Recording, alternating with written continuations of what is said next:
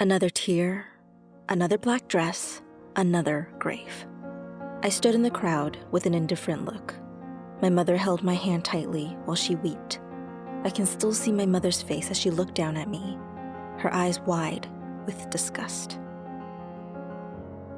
"Why are you not sad?" she barked, turning towards me as we walked through the front door. "A person has passed away. How could you be so heartless?" Then, out of nowhere, she lashed out at me, leaving me on the floor alone. It was the first time she had laid a hand on me, and the last time I saw my mother as a normal person. I was 8 years old, and I had just attended my 17th funeral. The funeral of another complete stranger. My dad divorced my mom when I was only 4 years old and disappeared. The day they divorced, my whole life changed. My mom began to take me to every funeral she could find, forcing me to keep silent for 4 to 6 hours, expecting me to pray for a person I had never met. I went to so many funerals that it just became normal. I would just sit there, emotionless, waiting for it to end. My mom started to notice. From 10 years old, after every funeral, she would lash out at me. She told me again and again that I deserved it for being a bad, cold-hearted girl. I started to believe I was a bad person.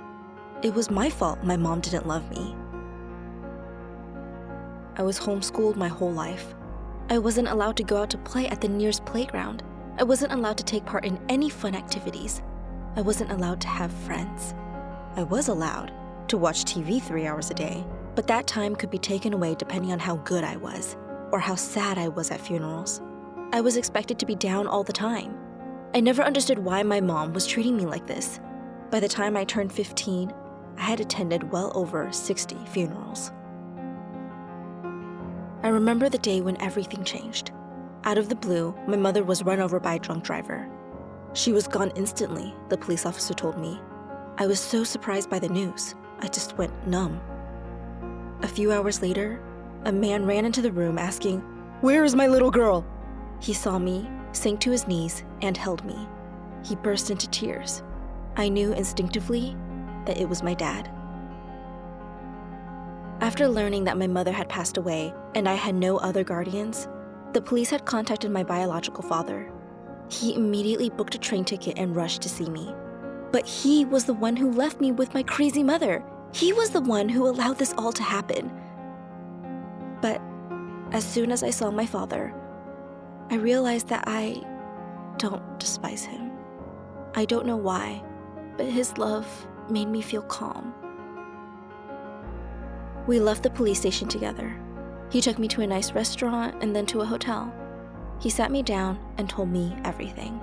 After the divorce, the custody should have been split, but my mother took me to this small town miles away so my father couldn't find me.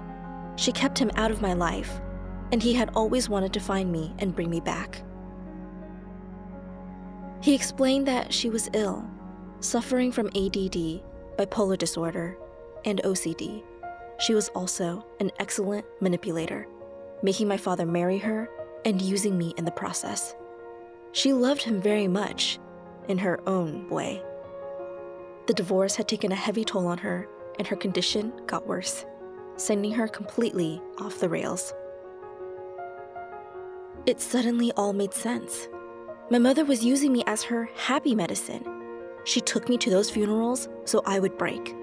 She needed an unhappy daughter to feel happy, and in the process, she had stolen my childhood.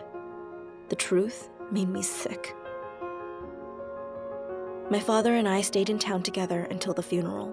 I was finally attending the funeral of someone I knew.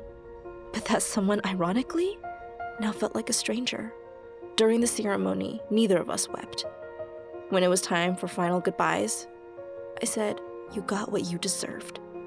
And I left her forever, never to return. I'm 23 now, and I have a wonderful family. A loving father and a stepmom who treats me like her own daughter, 2 half-siblings, and the best grandparents ever. I still see a therapist to deal with what my mom put me through, but I consider myself lucky to have the family that I've got. I know that I am my own person, and I will never let anyone use me for their personal gain again.